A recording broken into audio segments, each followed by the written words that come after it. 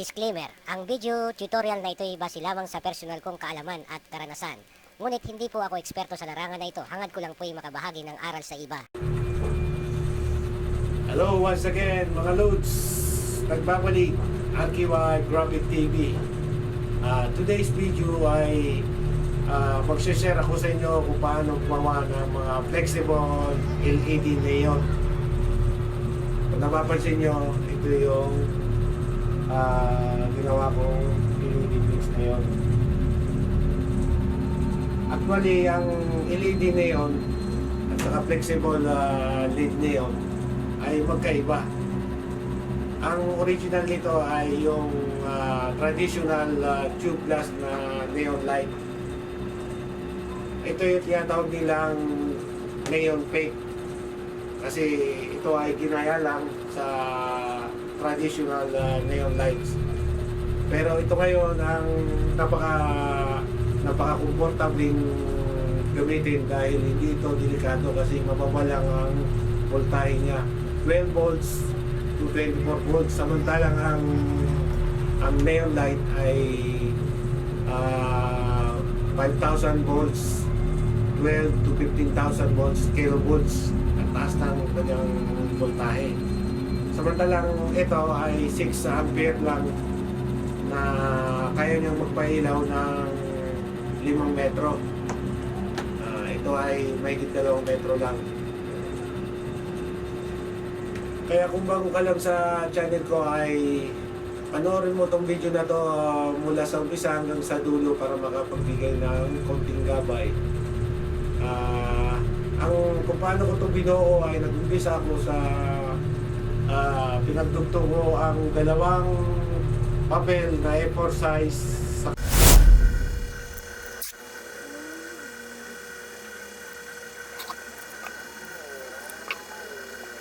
ako nag-print ng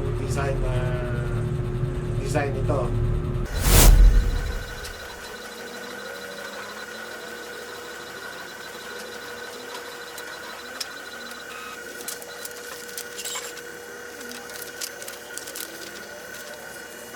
Pagka-print ko ay dinikit ko sa acrylic clear.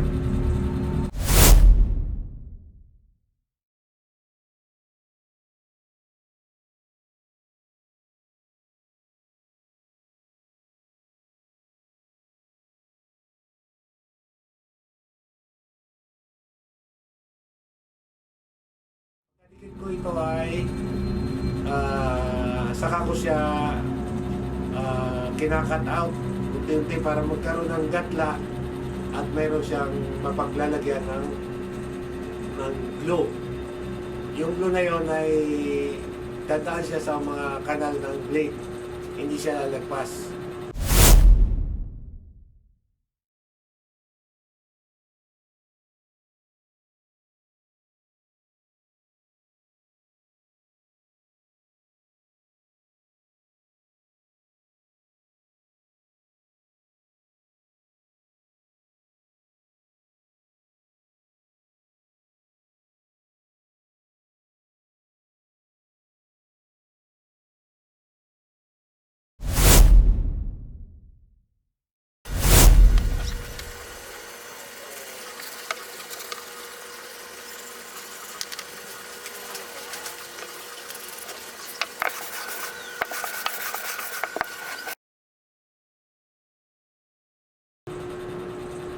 Pagkatapos noon ay magsusoldering ako, magsusolda ako at pagkatapos naman ay te-testing ko pa yan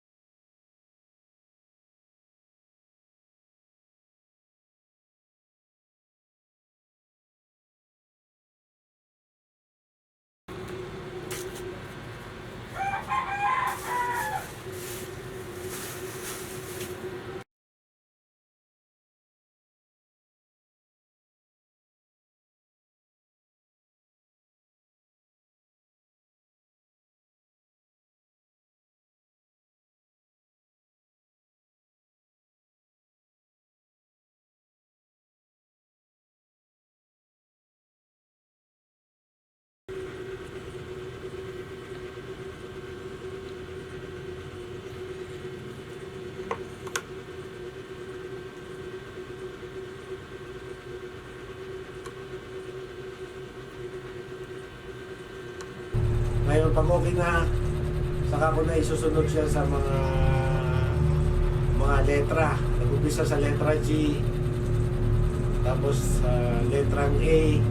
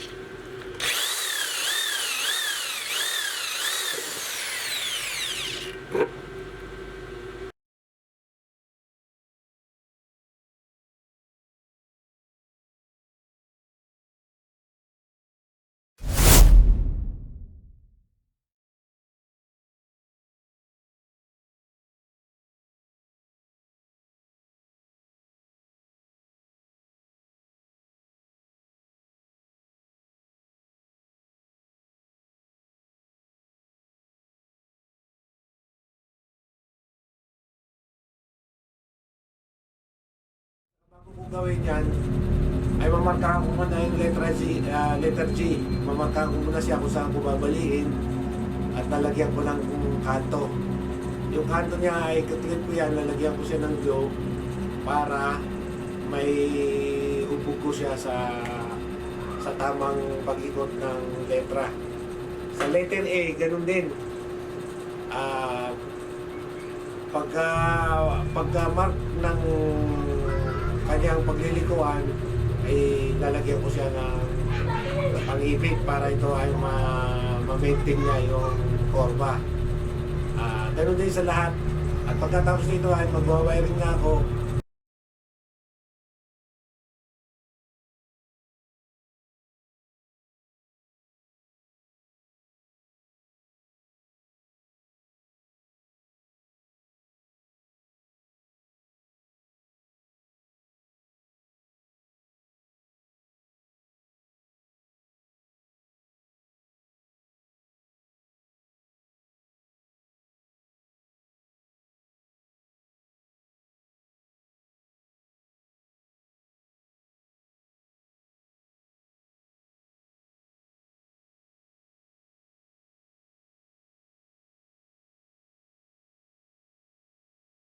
At isusunod ko sa bawat letra para may tago ko yung mga wiring niya.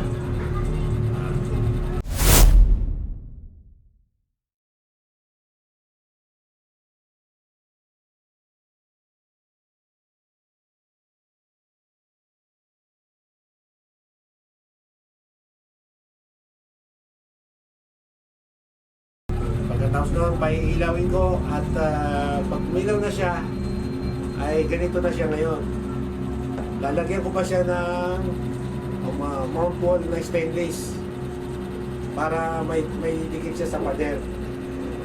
Pagkatapos malagyan ko niyan, ay lalagyan ko siya ng female plug para isok-sok na lang yung adapter niya, yung transformer niya. Katulad nito, ay sok natin. Ayan. Ngayon, ito ay isusok lang dito.